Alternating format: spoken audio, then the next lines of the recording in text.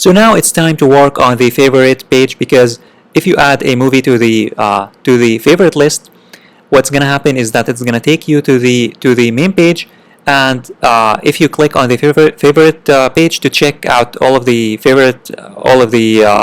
movies that have been added to the favorite list, you'll find that it's empty because we did not create the code yet. We did not add an HTML code that's going to get the movies, that's going to pull out movies from the favorite list. Let's work on that. So in our project here, in the favorite here, we need to create the HTML code that's going to loop over the list and display all of the favorite list.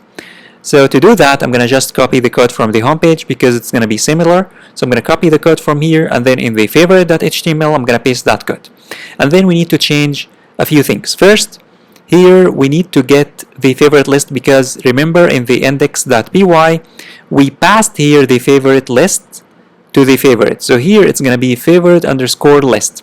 This is going to be favorite. This is going to be favorite underscore list. And then this is going to be just the value which is the title. I'm just going to name it, I'm just going to give it a name of value.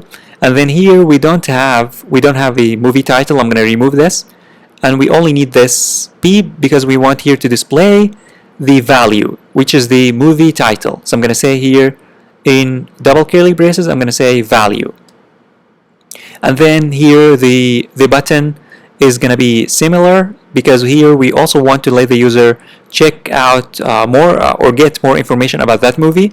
So I'm going to just leave the function here as is, but here instead of passing movie.title, I'm going to pass value, because now we don't have movie.title, we only have value, which is the movie title. And then we also need to kind of change the structure. Instead of change the design, instead of small column, I'm going to display each movie that is in the favorite list in a large column, and that column is going to take 12 columns. Basically, it's going to take out the complete screen width. And I'm going to also remove this style. We don't need this style, and obviously we don't need this image because we don't have the image. We just need to display the movie title. And then we also have this checkout to let the user check out check out more information about that movie if the user clicks on checkout. Now let me save and head on over back to the browser to test. So now if I save and head on over back to the browser and let me refresh, guess what? We have now a movie called Batman Begins, and here if I click on checkout, it's going to let me check out more information about that movie. And if I click on favorite, we have this movie in the favorite list.